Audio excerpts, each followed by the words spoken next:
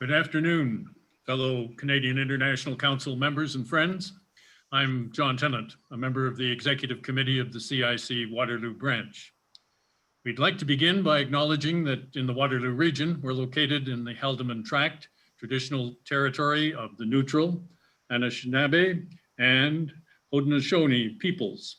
This land is part of the Dish with One Spoon Treaty between the Haudenosaunee and the Anishinaabe, which symbolizes the agreement to share, protect our resources, and not to engage in conflict. Welcome to our session, Rewind, Canada's decision back in 2003 not to support the US invasion of Iraq. We hope you were able to view the outstanding National Film Board documentary, High Wire, by Claude Gilman. If not, we trust you'll be encouraged by today's discussion to do so. We have a very distinguished panel, an outstanding moderator, Margaret Huber. I'll introduce Margaret and then she'll take it from there. Margaret has been Canada's Consul General in Milan and Osaka, High Commissioner to Pakistan, Ambassador to the Czech Republic, and directly relevant to today's session, Ambassador to Jordan and Iraq from 2007 to 2010. She is also, among many numerous roles, current, the immediate past president of the CIC National Capital Branch. Thank you, Margaret, for taking the role as chair today, agreeing to be part of this session. Over to you. Thank you so much, John. And for those of you who have not yet seen Claude Gilman's wonderful film, perhaps today's talk will bring you to a film that is a masterclass on policy decision-making under the pressures of national interests and real risks. Iraq remains in the news, from a papal visit planned for March to ongoing instability in Sulaymaniyah, in Basra, to regional rivalries and dangers which remain. But always with us will be decisions on diplomacy, international, on national interests. We are especially fortunate, therefore, in today's speakers. Former Ambassador Paul Heinbecker, a key figure in Gilman's film, had at the time of the 9/11 attack in 2001 and during the lead up to the Iraq War, been Canada's ambassador to the UN. A career diplomat, he had held positions as foreign policy advisor to the conservative Prime Minister Mulroney, 1989 to 92, and he'd also served as ambassador to Germany.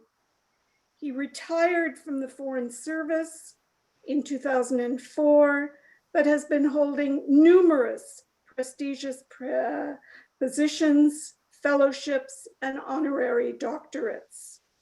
I'm proud to add that he has also been a former board member of the CIC's National Capital Branch. Former Ambassador Louise Fréchette, at the time of the Iraq War, had already been a Deputy Secretary General of the UN since 1998. She previously served as Ambassador to the UN 1992 to 94, as Defense Deputy Minister 1995 to 98. More recently, she served since 2011 as chair of CARE Canada, and since 2016 as chair of CARE International. Former Ambassador Mukhtar Lamani, at the time of the Iraq War, was ambassador to the UN representing the Organization of Islamic Cooperation. an organization of now 57 members and almost 2 billion people. Later in 2006, Ambassador Lamani served in Iraq as ambassador of the Arab League. Now living in Montreal, he has since 2017 served as Distinguished Fellow of the CIC, as well as the University of Ottawa, which I'm proud to claim as one of my alma mater.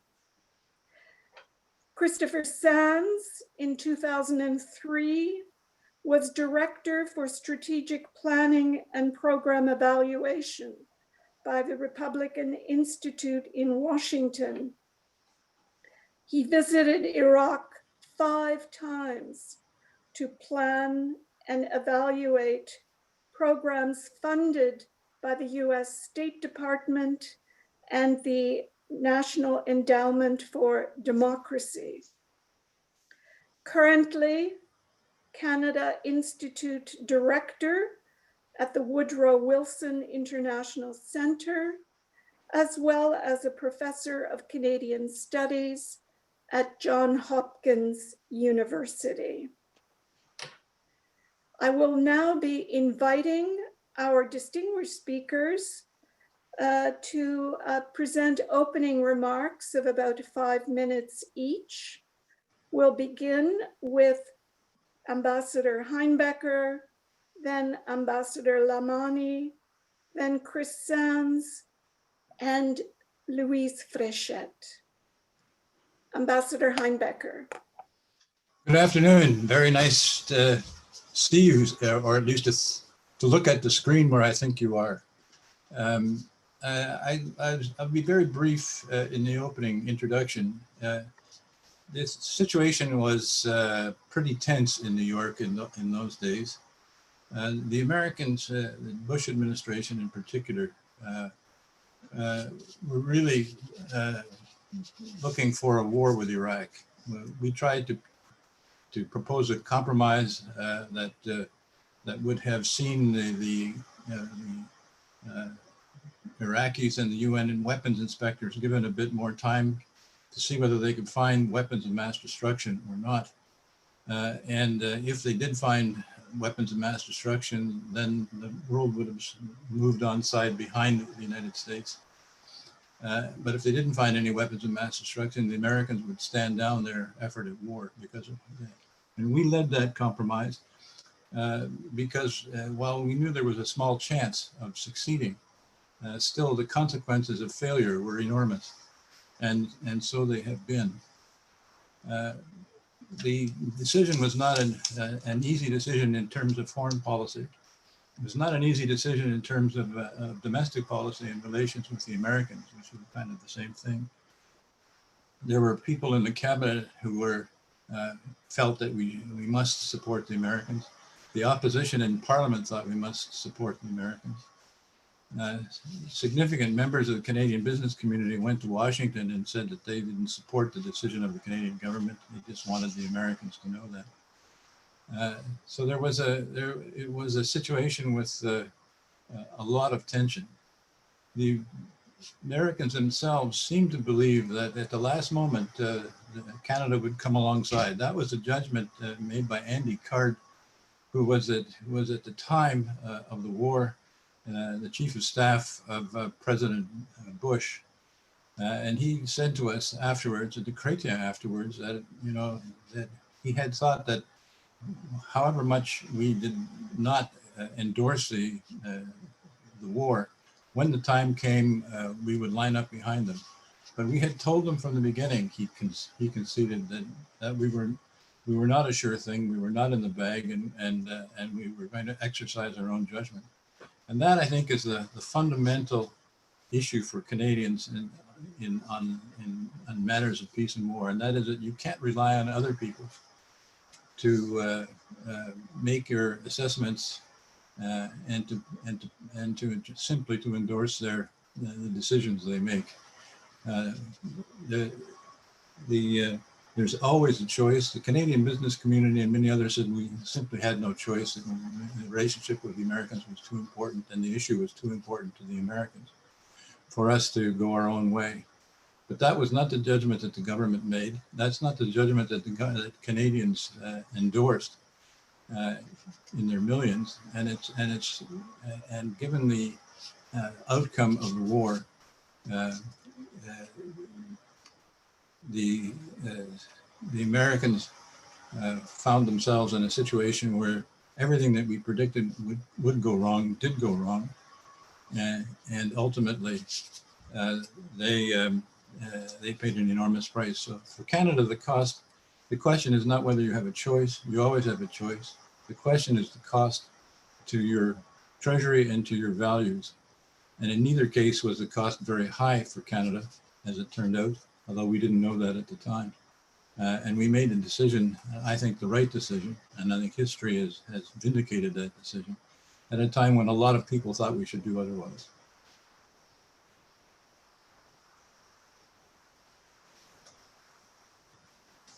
Margaret? Thank you so much. I'd now like to invite Ambassador Lamani, who was also in New York at the time, to provide comments of about 5 minutes. Well, thank you, Margaret. Well, I was involved personally in Iraq since the occupation of Kuwait, 1991. Actually, after the war and when Saddam Hussein was defeated, I was the first official to go to Baghdad to meet with Tariq Aziz. At that time, I used to live in Cairo, in the headquarters of the Arab League. Of course, everything was in the Security Council except some issues like humanitarian. And I was dealing with these issues, the prisoners, the displaced people, and I used to go to Baghdad every month, actually till I left Cairo for New York in 1995.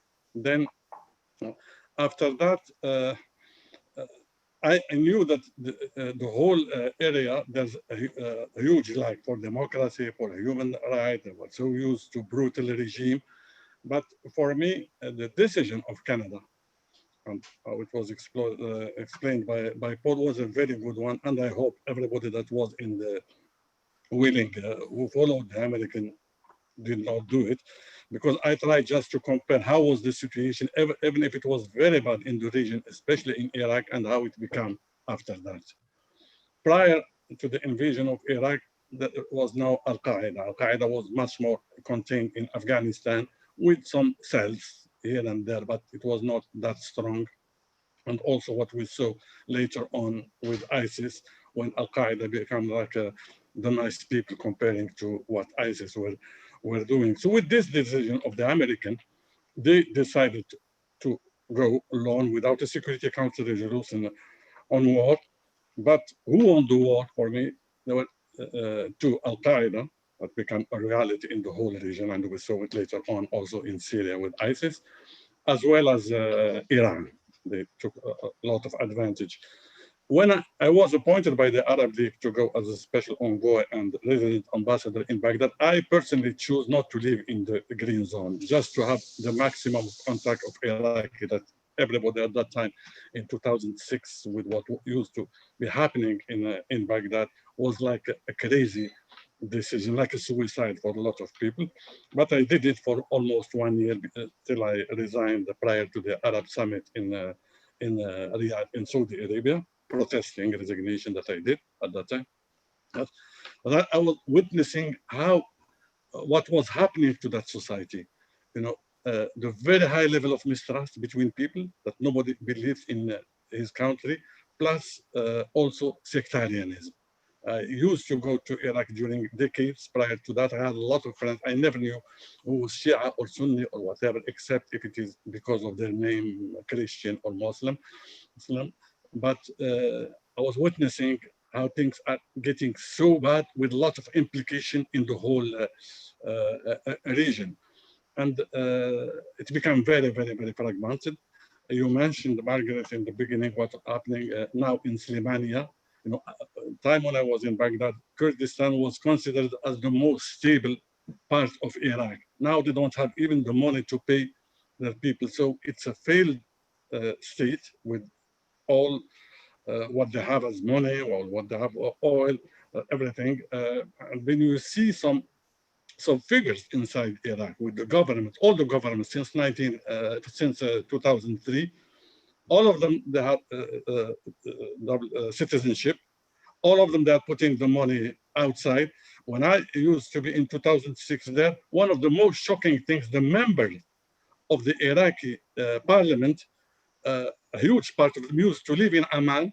They used to take a plane for the session to Baghdad. Then the Americans are taking them in a helicopter from the airport of Baghdad to the Green Zone, participate to the session, then go back to Amman. So what was happening, what is happening? And for me now, the most scaring part of it with sectarianism is the strength of all these militias that are in Iraq. Of course, when they push all the Shia militia to go to fight against ISIS, for me, they are as dangerous as ISIS. It's just because they are controlled by Iran, and Iran is playing a game, a regional game in Syria as well as in Yemen, the relation with Saudi Arabia. So I think that was a huge crime done for this region that was so in need for some other kind of help, for democratization and respecting human rights. To what happened in 2011 with these young people in the whole Arab world asking for democracy with all these old forces. I am so afraid for the future, and nothing, there's no suggestion or serious proposal to stop these things. We are just trying, to react when ISIS came. So the international community was just reacting. Of course, they were defeated a little bit in Iraq and Syria, but we saw them much more now in Sahel, and again they're still having a lot of sales in the whole area. So I will stop here, and then through the question we will develop if there's anything. But the major issue for me is that things are worse now after the American invasion than what they were before that invasion. Thank you. Ambassador Lamani, thank you very much for that impassioned look at the past and right now, current situation. You're illustrating again the law of unintended consequences. But perhaps we'll turn now to Professor Christopher Sands, who visited Iraq 5 times around the time and after the American incursion in 2003. Christopher. Thank you very much, Ambassador Huber. And it's funny, I'm really a Canada-US relations specialist, much more than I'm an Iraq specialist. I found myself in a funny position working with some good friends that got me involved with the Republican Institute. So I never expected to go to Iraq in my life. It wasn't something that was on my bucket list under any circumstances. And it was just part of the strangeness of that time that I found myself doing that. And because I was a Canadianist, when I was in Iraq, I was very interested in perceptions of Canada, both militarily by the coalition, provisional authority, and other people that I talked to, including Iraqis, and how they perceived the decision that Canada made in 2003. And I've wondered for a long time about why Canada's decision not to go and participate in the 2003 Iraq invasion wasn't more damaging. In a way, why wasn't it a bigger crisis for Canada-US relations that Canada had made a very independent decision and not the decision that Washington at the time was hoping for? And I'm just briefly suggest some things and some features of that, maybe hypotheses at this point, because I think they go to where the real cost of Canada's decision. First of all, I think that it was not as damaging to Canada-US relations because the US had made its decision to go. It made its decision to go well before it went to the United Nations. It wanted to go through all the appropriate steps, but it was going to go anyway. And so it built its strategy the US built its strategy for Iraq around mainly what it brought to the table. As a result, it didn't see Canada as need to have in regard to Iraq, but nice to have. And it understood the importance of trying to seek UN support and other things in that nice to have basket. And as it proceeded, at a certain point, it focused on what it needed to do, not what it would have been nice to do. I think that underestimates Canada in some ways, but I think that that was how the Canadian role was seen as not essential. Secondly, I think that although Canada's criticism and skepticism about some of the US case was certainly heard, Canada was by no means the meanest critic, the most vociferous critic, or even the loudest critic. Many of the things that Canada had concerns about, we heard about also from the British and from other allies. So Canada wasn't notoriously difficult or a particular problem. It shared views that were held internationally at the time. And the US, having decided to go, didn't see Canada swinging votes at the UN or anywhere else in one direction or another. So many countries had made up their minds and made them up early that whether Canada changed its mind and decided to come aboard, as Ambassador Heinbecker indicates, we certainly hoped, and Andy Card certainly hoped Canada would, we didn't expect that to move the debate in a significant enough way that it was essential for us to change Canadian minds. Another important factor in this period was 9/11, and the September 11th attacks had such an important impact on the Bush administration and led in some ways in the way that the Bush administration approached Iraq. They saw a connection between the two. But if you think about the 9/11 attacks, Canada's cooperation on border security, on intelligence sharing, and on securing the US itself, up to and including Canada's role in NORAD, and many Canadians remember, and I have to say many Americans have forgotten, that on 9/11 it was a Canadian commander at NORAD who shut down North American airspace. And that's an important feature. Canada's contributions in those areas were not nice to have. They were essential to have. And so making a diplomatic incident over whether Canada came to Iraq or not, we couldn't allow that to overshadow what was essential cooperation on border security and domestic intelligence sharing, work on cybersecurity, all the things that came around for that. And Canada was a great partner on the Container Security Initiative, on the Proliferation Security Initiative in many areas, and eventually would join in Afghanistan in an escalating role that became bigger over time. So this was important. Canada stood on principle. But the US couldn't make a big stink about it because what Canada was doing in other areas was so important to us. And that leads me to maybe the final observation that I would make here in the opening, and that is, because of that moment, the legacy of those years, I won't say the legacy of Canada's decision not to go to Iraq, but the legacy of the early 2000s for the Canada-US relationship was a shift in which Canada was seen as increasingly important domestically for things like regulatory cooperation, free trade, infrastructure building, security, counter-radicalization in the case of dealing with homegrown adherence to the ideology of Al-Qaeda or ISIS or what have you. There were a lot of areas where we absolutely had with Canada, but they were mostly domestic in nature. So you saw domestic agencies of the US government, whether it's the Agriculture Department or DHS or others, that really saw Canada as much more important to them. And the international components, whether it's the Defense Department, the military, the State Department, saw Canada as helpful, but not as important. And as the domestic agencies became paramount on Canada-US relations, they had a bigger sway. And I think that's now the problem that we have. In so many areas, the international policymaking functions of the US look at Canada as a more marginal player than they might have done in decades past. Unreliable in some ways. We remember that in the Clinton administration, Canada refused to change the landmines treaty to accommodate US concerns over the Korean Peninsula. There was the Iraq decision, and there were the perennial decisions to walk away from missile defense offers that led the US just to find Canada internationally was a friend, but not necessarily essential. Domestically was essential. And so the domestic aspect of our relationship overshadowed and really was the safeguard of good relations more than foreign policy was. With that, let me turn it back to you, Ambassador Huber.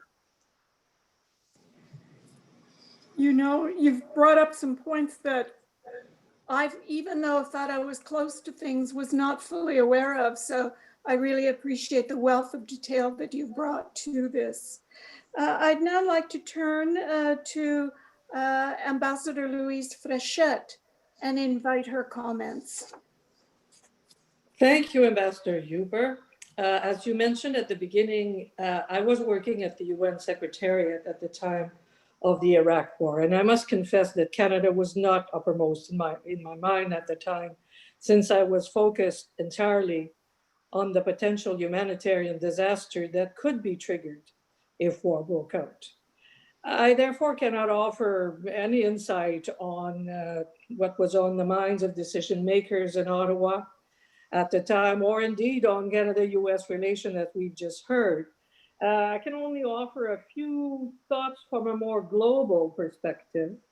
And I'd like to start by recalling the context, the background to this crucial moment in 2003, for the benefit perhaps of a younger audience that may not have been totally aware of this very long and complex history, which goes back to the end of the Gulf War, where the Security Council imposed a number of obligations on the Iraqi government, including that of getting rid of all its weapons of mass destruction. And there have been weapons of mass destruction in Iraq. There had been a nuclear program. There had been a biological weapon program. They had been, not only have there been a chemical program, but chemical weapons were used repeatedly by Iraq against Iran and then against its own Kurdish population. So it wasn't totally fanciful to think that there were weapons of mass destruction to be found in Iraq, and to ensure that Saddam would comply with the Security Council's decision, the Council imposed the most comprehensive set of sanctions, I think, ever imposed on the country, since it was a total trade and financial embargo. And maybe one day we should be having a session on this whole subject of sanctions, because I think there's a lot to be learned from the past 20 years or so of use of sanctions. The Council also decided to deploy a team of inspectors to verify on the ground that Iraq was indeed disarming. And it was clear in the Security Council decisions that the sanctions would only be lifted once the Council was satisfied that Saddam had complied fully with the relevant resolution. Now, in the course of the following decade, the inspector found and destroyed lots of material, including chemical and biological weapons, sometimes with the cooperation of the Iraqi government, sometimes not. There were numerous incidents along the way when Saddam Hussein refused to cooperate with the inspectors, leading to on a number of occasions to the suspension of inspections and admonitions from the Council. By the time the Americans came to the Council seeking agreement for a military intervention, the head of the inspection team was still unable to certify that Saddam had fully complied. He was able to assure the Council that much of the Iraqi weapons of mass destruction capability had been destroyed, but there were still unaccounted for materials relating in particular to chemical and biological programs.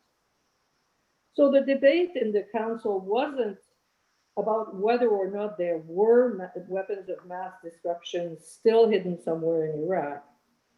And everybody agreed that Saddam was not in compliance and continued to put obstacles in the inspector's way.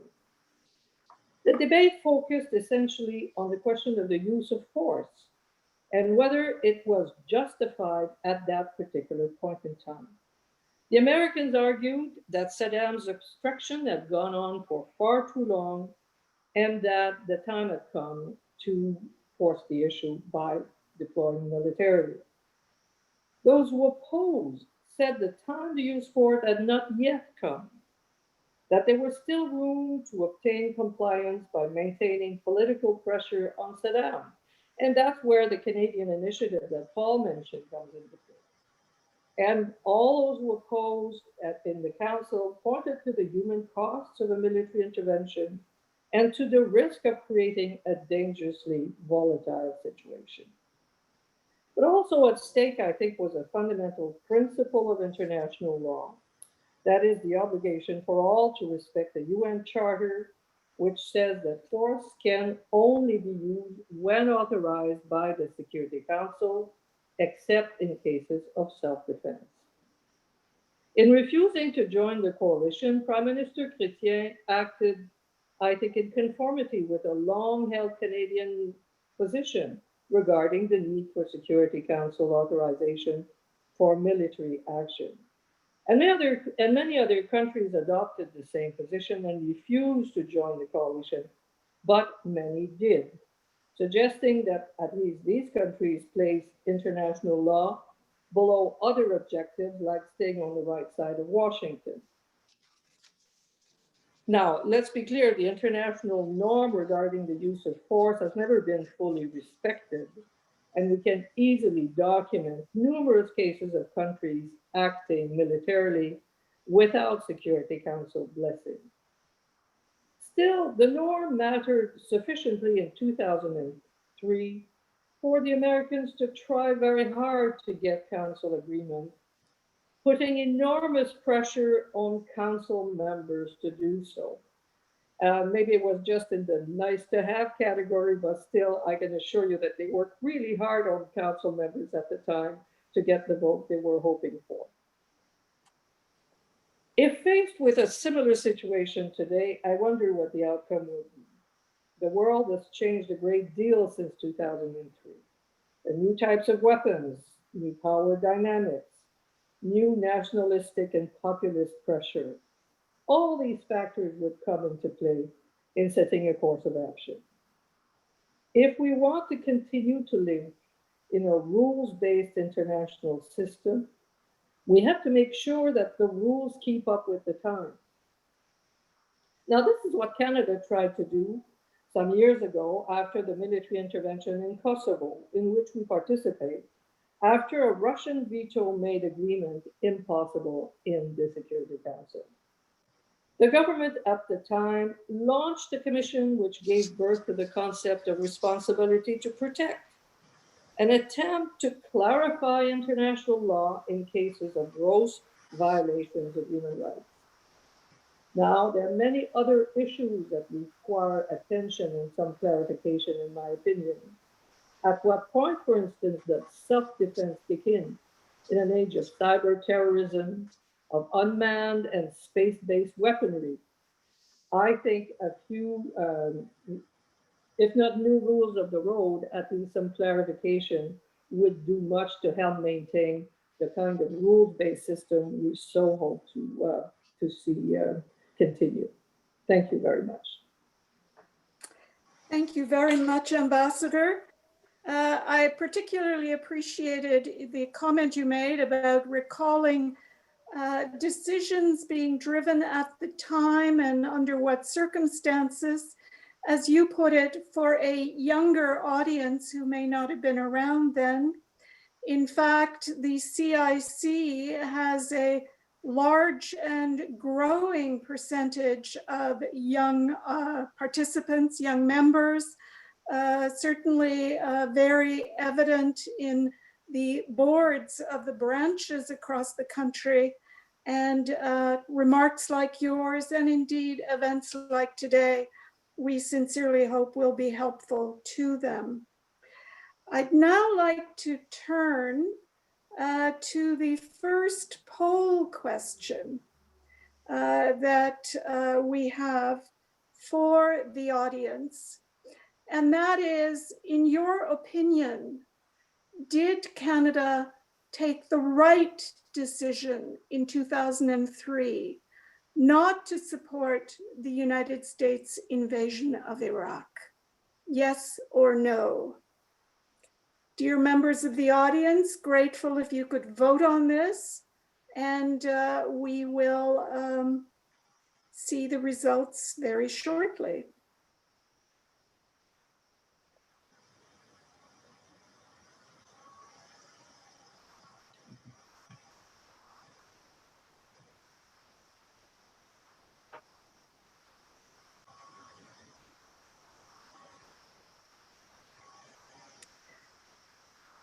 Margaret, how do you actually check off yes or no? I was able to do that.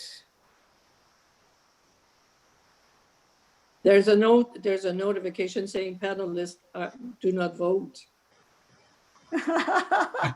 Where our views, I fear, are already too well known. I guess so. So, okay, there it is. 92% voted yes, 8% voted no. It would certainly be very salutary to hear from the 8% on why they voted no. But let us continue on, and we will be having a second polling question very soon. But I'd now like to invite the panelists to return and address some of the issues that were raised today, including the impact on current events, on current relationships, not only between the United States and Canada, but between Canada and other key partners. Paul, Ambassador Heinbecker. Thanks. I have a couple of comments, one about the past and one about the future, I guess. About the past, it was said earlier that we were not swinging many votes at the UN. In fact, we actually were. We made it impossible for the United States to get a Security Council vote that they could win in New York. Chrétien was in contact with a number of prime ministers and presidents whose countries were on the Security Council, because it's worth remembering that the United States not only didn't get past the veto of France and Russia and China, they also they managed to gain even a majority of the elected representatives. So the vote would have been about 12-3 had the Americans pressed for a vote. So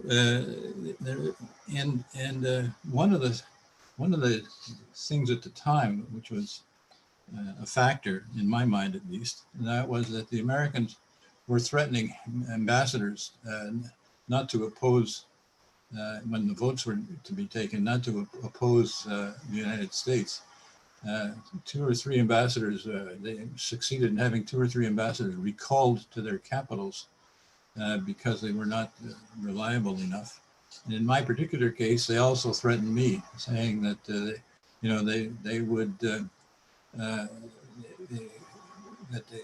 Canada should not be leading the opposition to this particular issue.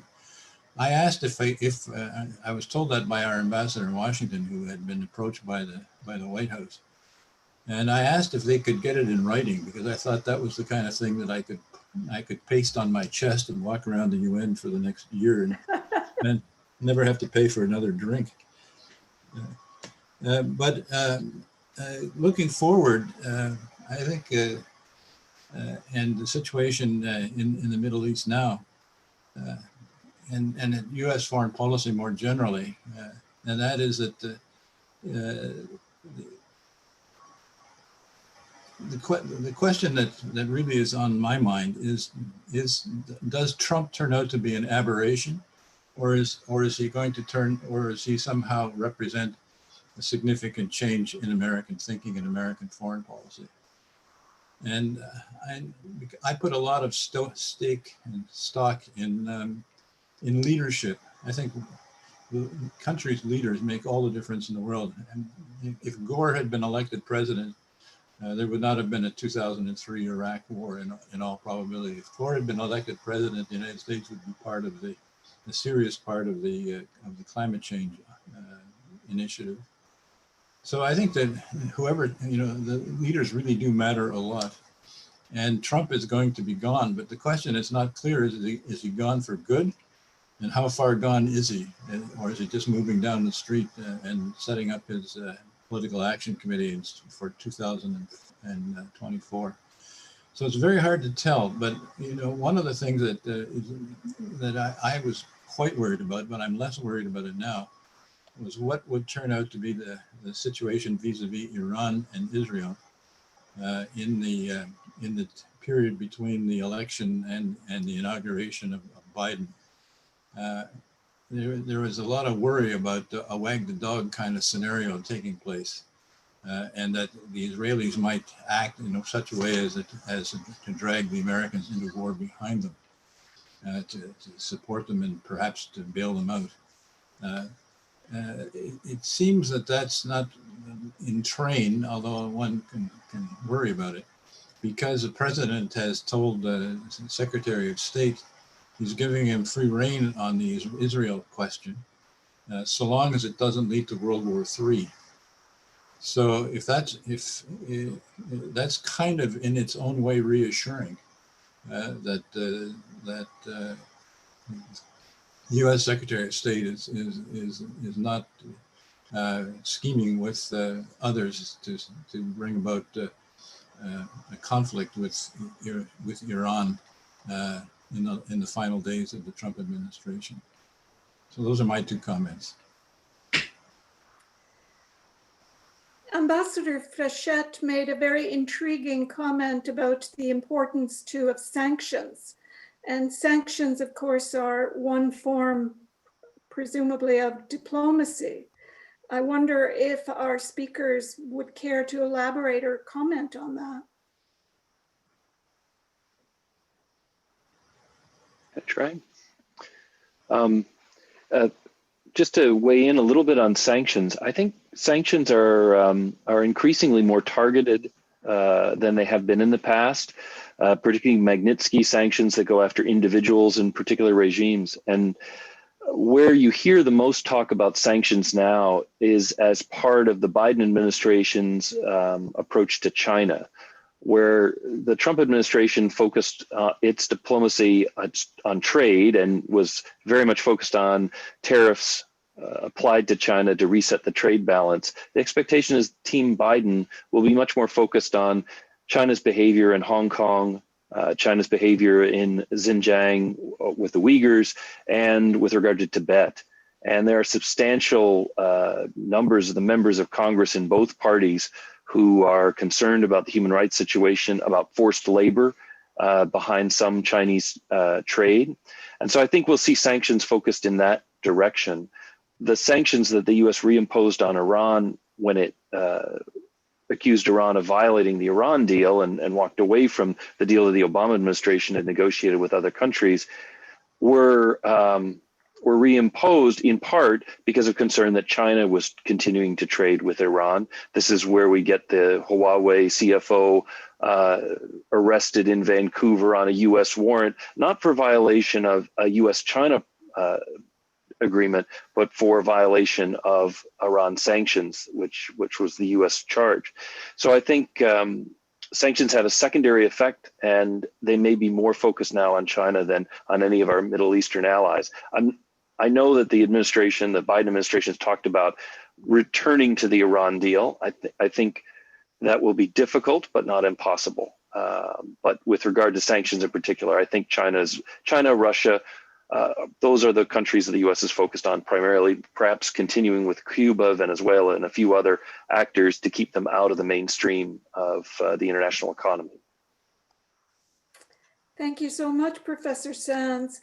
Before we turn to our second polling question, Perhaps Ambassador Frechette or Ambassador Lamani would like to add something on the question of sanctions and diplomacy short of war. I don't know, you want to go, Louise, or can I go? Okay. For sanction, for example, the case of Iraq.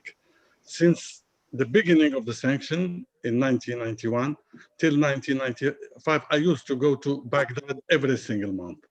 And I witnessed how things were become very, very, very hard for the Iraqi people. While every time in Baghdad, you know, the government, Saddam Hussein, they were not, you know, disturbed, especially in the beginning, they were not disturbed by this sanction. If I think even in the Security Council, they have to change, not to have open sanction the way it happened in Iraq. But for example, if you take the decision, they would have to say the sanctions are going to be for 1 year or for 2 years, then they have to discuss it. So because what happened in the case of Iraq, even if it was harming the life of the Iraqi people and not giving, and Saddam Hussein was still there, there was no possibility to restudy the system of sanctions just because if one of the P5 doesn't want that to happen, it's not going to happen. So to be targeted and also not to be open forever, just to be for a period known from the beginning to make a lot of pressure. Thank you, Ambassador Lamani. Ambassador Frechette, any comment on this before we move to the second polling question? Just one short observation. I think Professor Sands is right that the kinds of sanctions that were imposed on Iraq that had a terrible cost on the Iraqi people. This is not something that is I don't think will be repeated, and I think the notion of more targeted sanctions is probably the key concept. But still, one has to ask how far you want to go in imposing all kinds of sanctions, perhaps more targeted, but nevertheless that end up choking an economy completely, having a very significant impact on the population. Whether at the end of the day, that is the best route to achieve the result you're seeking. I know that the current circumstances are making the kind of diplomatic coalition increasingly difficult to achieve, but it seems to me that we sometimes tend to think that sanction is really the key to the problem, whereas I think there are other avenues that could be explored, certainly more with more consistency. And sanctions, to my way of thinking, have not been all that effective in the past, and we should be conscious of that when we contemplate what kind of avenues we have to resolve issues. Thank you so much. And in fact, our polling question recalls an earlier remark by Ambassador Frechette with regard to the UN statement that countries should refrain from the use of force except in self-defense or with authorization of the UN Security Council. Should this remain an enduring formulation of international law? Yes or no?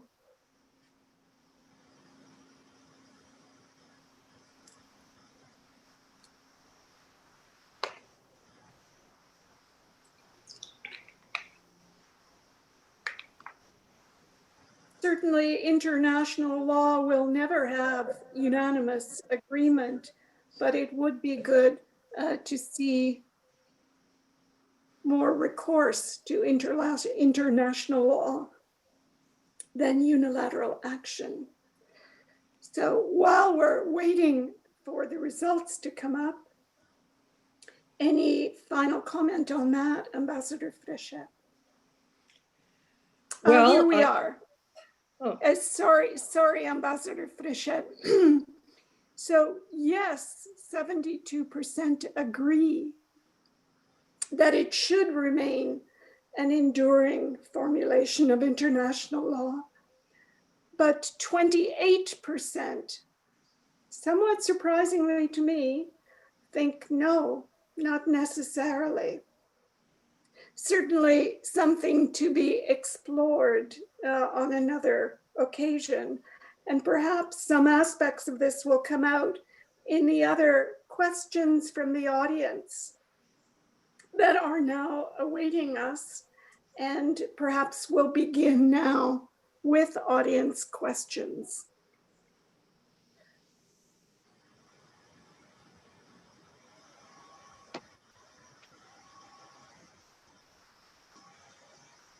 So,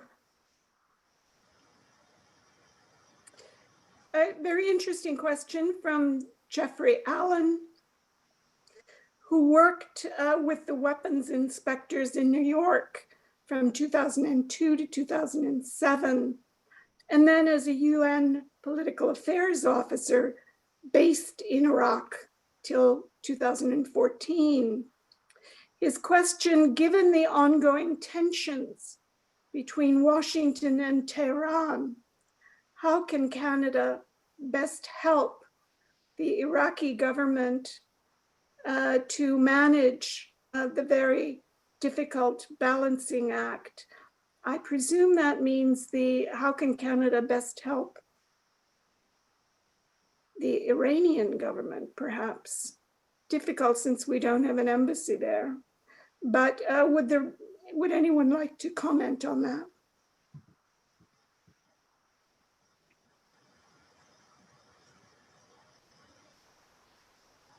I'll begin another question as well while we're thinking about that. And this is a question for Professor Sands. How will the incoming Biden administration help to lower the temperature between the US and Iran so that Iraqis can address pressing matters such as corruption and the economy? Thank you for that question, Mr. Allen. And I guess I would start by setting the scene a little bit in Washington. The Biden administration comes in bringing with it a great deal of talent that had previously served in the Obama administration. The nature of US administrations is that both Republicans and Democrats have ready stables of political appointees and talented professionals who help to staff the administration and set policy. And so many of the people who are returning from the Obama administration, a little older now, are looking to see the Iran deal, which was one of the crowning achievements of President Obama's foreign policy, reinstated. The challenge that the Biden administration will face is the changed situation on the ground in the Middle East, particularly the defeat largely of the Islamic State in Syria, but the ongoing problems there, pressure on Iranian proxies, Hezbollah in Lebanon and also in Syria, and what has become a kind of US ally collection, I guess a strange group, including Israel, Saudi Arabia, many of the Gulf countries that have advocated for a continuing pressure campaign and have been very reluctant to see the Iran deal restored. So in order to move forward, President Biden will have to convince a lot of countries to return to the previous policy. Now, he has the talented people to do it. The Trump administration could have drawn on talented, experienced Republicans, chose not to, and you saw that in many cases they stumbled because they didn't have that experience. This is a big advantage for President Biden, but I wouldn't underestimate how difficult it will be for him to make this change, particularly with Congress very narrowly divided between Republicans and Democrats. Domestic politics, including fighting COVID and dealing with the domestic economy, will preoccupy the president and a lot of his team's time. So the amount of effort it will take to restore that policy, I think, means that it won't happen in the first 100 days, and it will be an ongoing preoccupation for the foreign policy team to try to see if they can re-knit together the countries and the deal that was so important during the Obama years, but abandoned by President Trump. Thank you. We have quite a number of interesting questions that are lined up.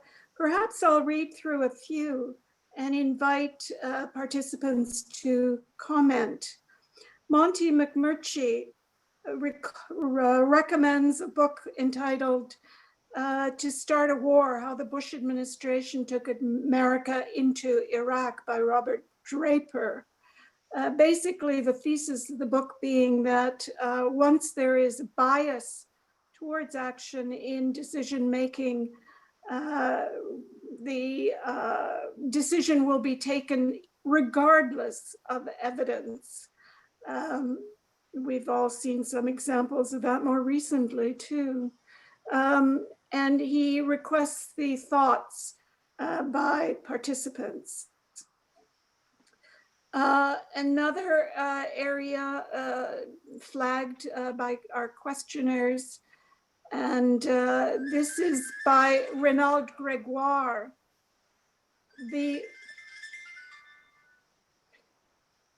My apologies.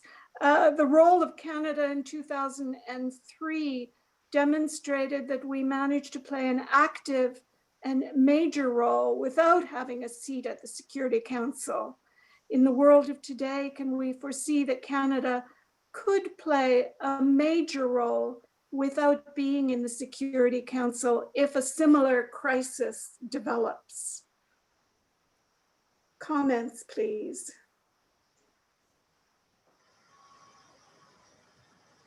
I can try the last one.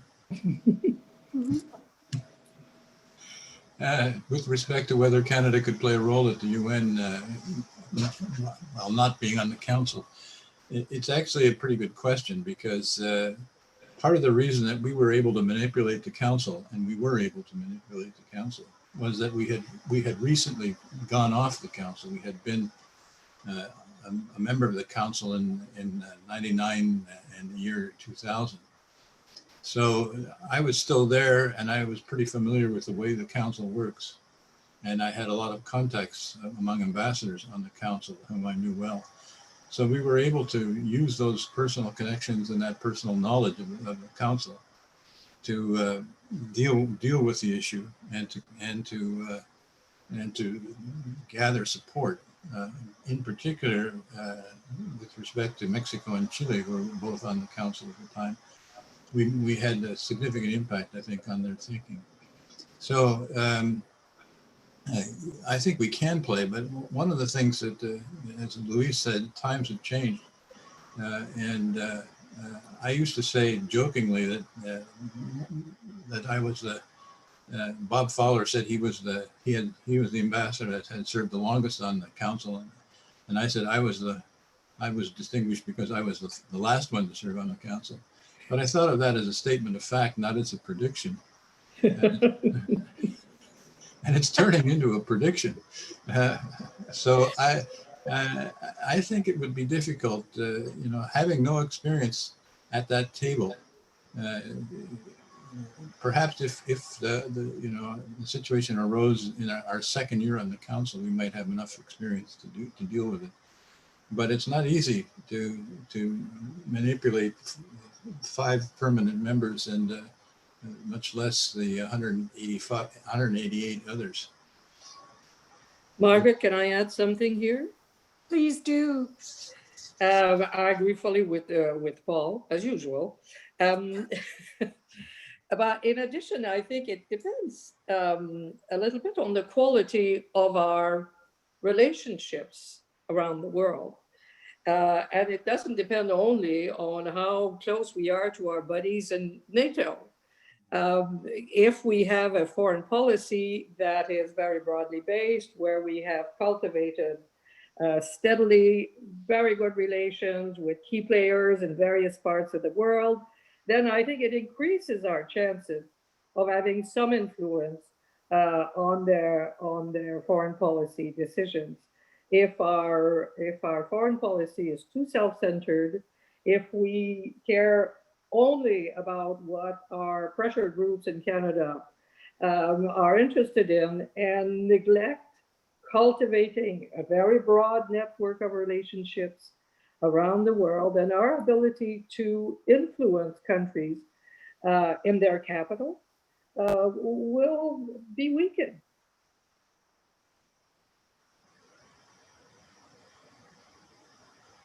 Very true. Speaking of consequences, we have a question from Don Scott. What have been the consequences of the invasion and extended war in Iraq? Please respond in terms of millions of refugees, internally displaced people, and subsequent wars in the broader region. How many of those refugees did the USA welcome into the United States? Mr. Scott also asked a subsequent question, might a UN law requiring those nations who invade other countries be held responsible for the refugees generated? Would this not be more effective than sanctions and even the current UN law, as noted earlier? Thoughts on consequences? I will say some words about this, especially the fact that I used to live in Iraq as well as in Syria. The terms are in millions there. And especially the worst case, worse than the case of the refugees, is the IDPs, is the internally displaced people. Just to give an example, when I used to be for the UN in Syria in 2012 to 2014, the whole world was talking about the question of Syrian refugees, just because of this image of this young boy who died, in the shore of the Mediterranean Sea. I myself used to every Saturday to go to see armed group in different parts of Syria in 2012 and 2013. And during these visits, I used to meet with a lot of civilian people in different areas, and I was so shocked because I noticed that the internally displaced people, that are half of the population of Syria, you are talking about 8 to 10 million people, they look to the refugees like if they're in heaven. Because by crossing the international border, they are in some camps, somebody is taking care of them, they are waiting to go to another country. Why the internally displaced people, they have no hope, and they keep moving from an area to another area, then it becomes bombarded or whatever, and they continue, they lose lots of members. It's a real drama in the whole Middle East, this question, especially when you are talking about millions. When I was in Iraq in 2006, just the internally displaced people to Kurdistan were almost 3 million Iraqis. If you add to the refugees in the neighboring country, in every single country, you are talking at least about 500,000 in everyone. So it's a huge drama. And of course, there's an international responsibility, especially by those that they cause the invasion or were at the origin of the problems. Thank you. I have a comment on refugees, if it's helpful. I'm a member of something called the World Refugee and Migration Council. And one of the proposals we've made is that those who perpetrate flows of refugees should be sanctioned along the lines of the Magnitsky Act. Whatever wealth is outside of the country that belongs to the perpetrators of the ethnic cleansing should be seized and kept for the refugees themselves. It sounds like a tall order, and it is one, but it's actually starting to have some effect. The Swiss have been able to do it because it turns out that, of course, there are a lot of Middle Eastern leaders have resources in Swiss banks, but the surprising thing is they also have resources in Canadian banks, and Canada doesn't have the reputation abroad for fastidiousness on the rules involving fortunes that are deposited in the Canadian system. So what we're trying to do is to get the government to endorse the idea and pass legislation which would allow the wealth that belongs to perpetrators of refugee flows, to take that money and to use it for the refugees themselves, and not to return it to the leaders in question. Margaret, can I add something? Please do.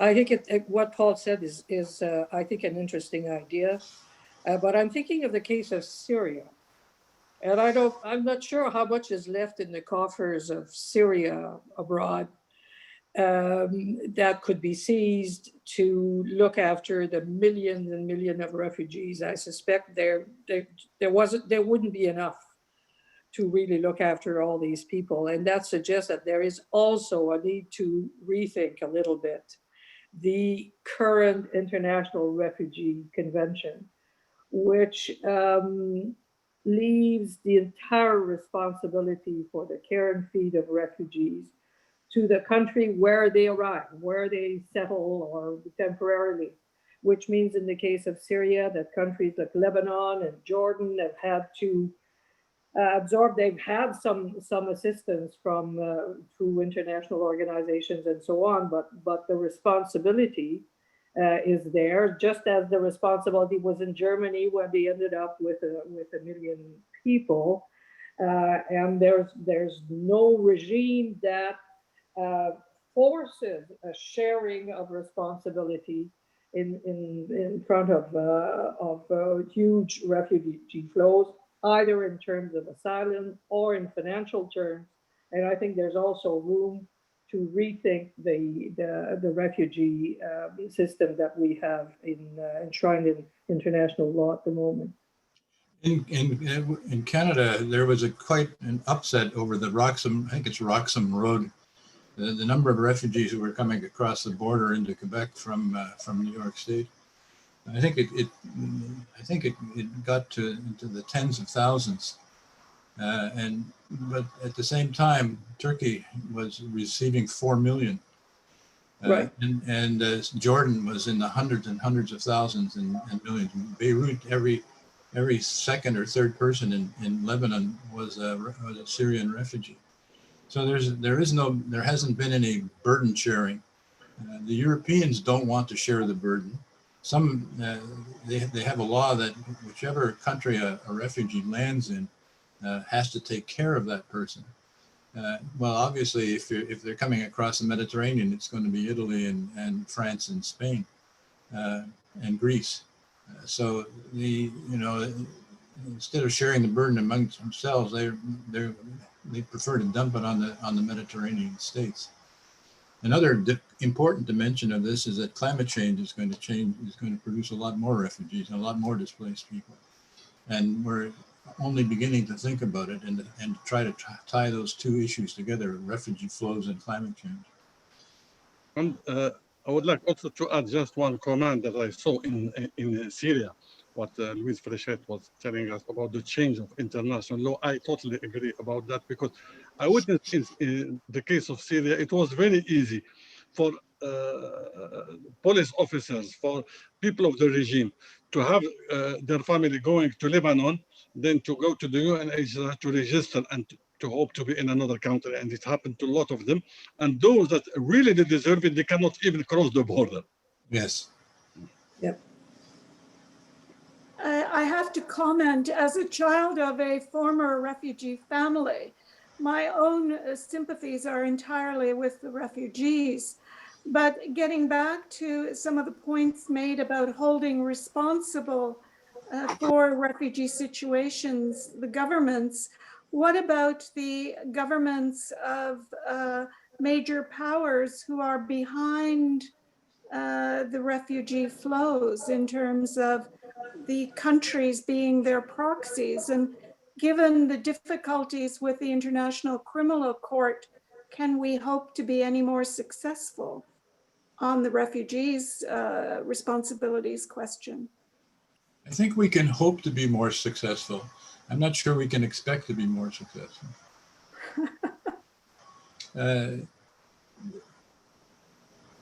I think that it's a part of a larger question, and a lot of it depends on who Biden was, or who Biden is. At the time Trump came to office, I wrote an op-ed that said that everything depends on whether Trump turns out to be the person and not to be the person that we know he is. So now we're in a situation where to some degree the stability, the health of the international system, its very existence even, in international law depends on the leadership of one guy, and that's Biden. If Biden succeeds, the world will look a little bit more like what we had left behind. But if Trump stays, becomes an important fixture on the way to 2004 and wherever to win the next election, then I think we would have the whole issue of international law would be abandoned, and Canada would ultimately have the choice of being a vassal state of the United States or a vassal state of China.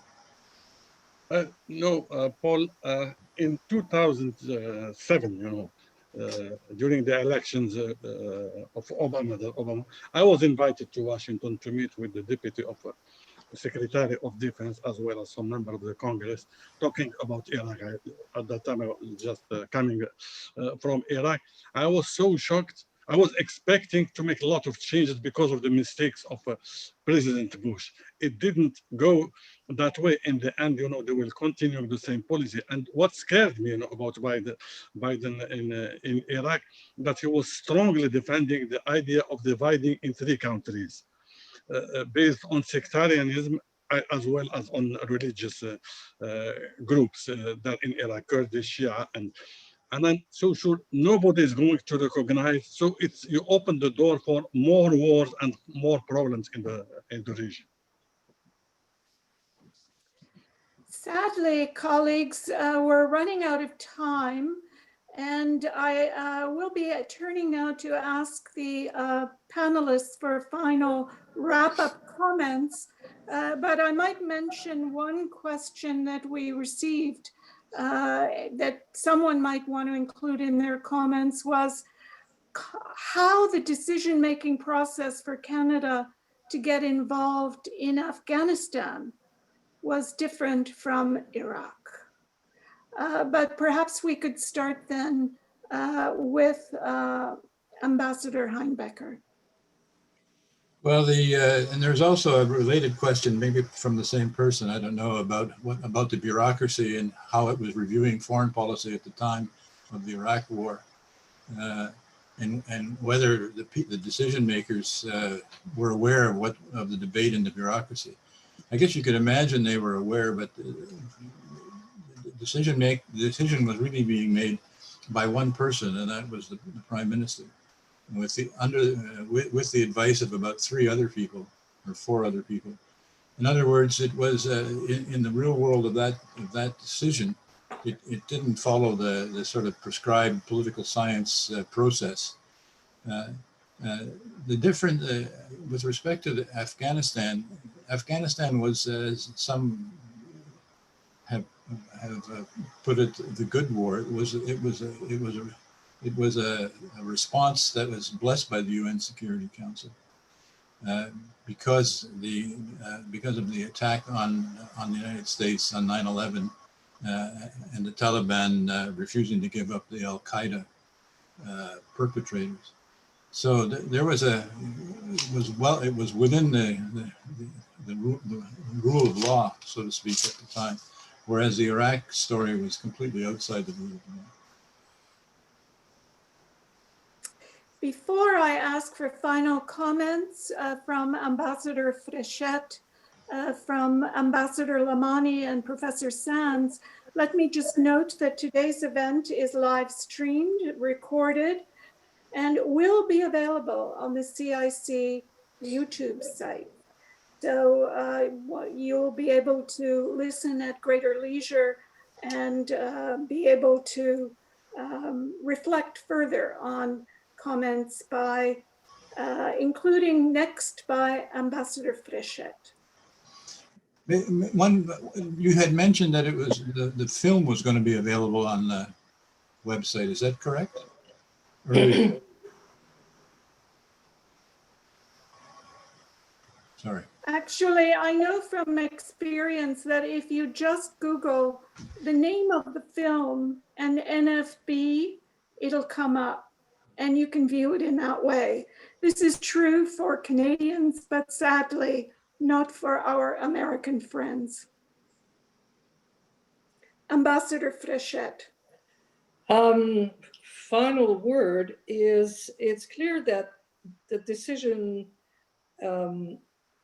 that Canada took in 2003 was not easy to take.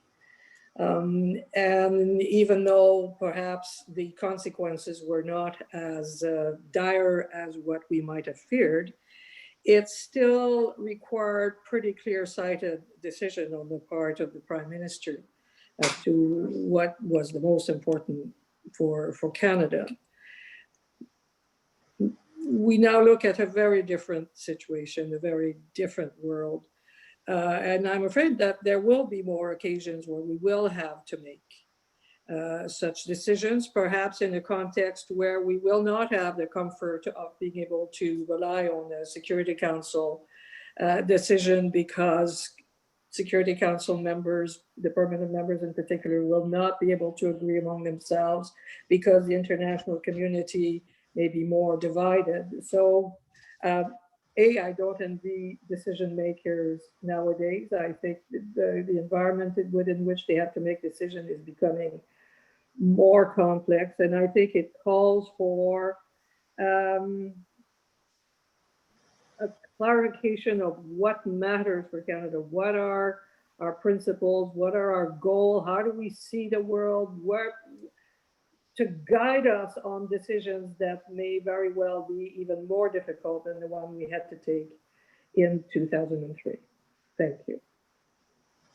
Thank you, Ambassador Fréchette.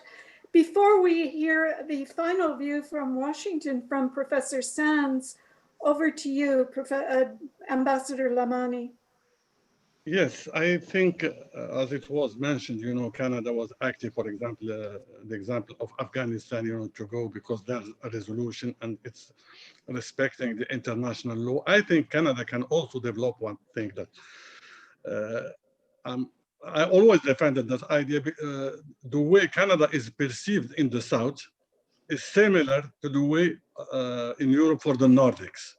And I think by some joint work with the Nordic, especially when it comes to national reconciliation to resolve some crisis, they will be very, very strongly welcomed. Thank you. Professor Sands. Thank you very much. And this has been a fascinating discussion. I think what I would say about Washington is that the legacy of the Iraq War has been a real re-examination of US foreign policy by not just the experts, obviously that always happens, but by the American people. And the election of President Trump actually was a bit of a watershed. President Trump was skeptical of the neoconservatives within the Republican Party and was skeptical of the Democrats as well, seeing the Obama administration having in some ways extended some of the same mistakes that Trump perceived that Bush had made. And in his anti-establishment campaign, he won broad support for pulling the US out of conflicts in the Middle East and refocusing American policy towards great power competition, particularly with the rise of China, with Russia as a spoiler, with the European Union as a potential partner. And then you saw that as the Trump administration went on. Now, there are many things the Trump administration did that were obviously not so good. But one of the things that I think was easily missed was the strength of his argument that in his 4 years, he did not engage the US in a foreign war. And we haven't had a president do that in quite a long time. With the rise of the millennial generation as our most important voting bloc in the US, many of the young men and women who've seen the consequences of the Iraq War are reluctant to see the US get involved in what Max Boot once called the savage wars of peace, the small regional conflicts, and prefer a Cold War style investment in defense for deterrence of attacks by near peers or actual peers in foreign policy. I think that change means that the US-Canada dialogue on the future of foreign policy will shift as well.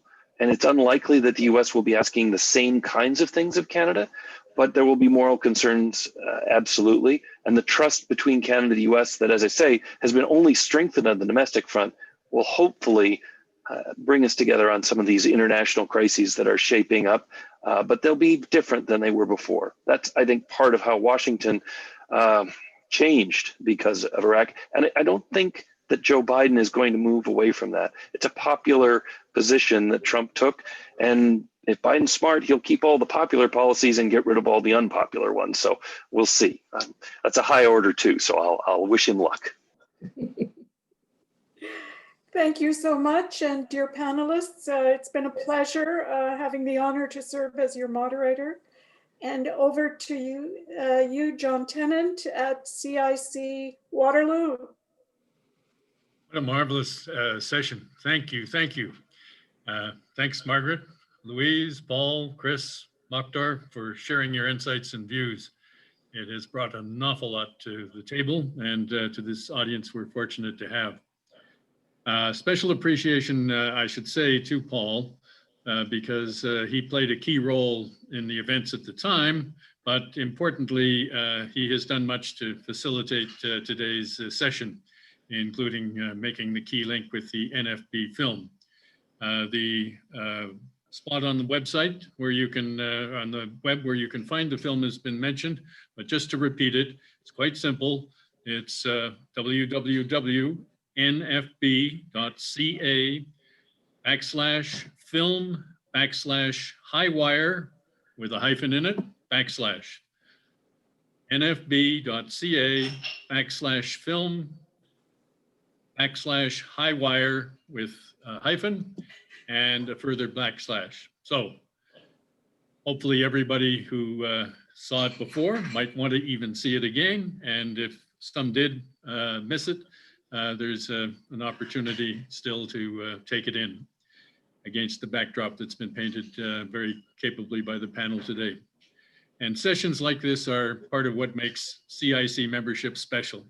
And there's a lot that lies ahead in terms of offerings for members. So be in touch with the CIC website.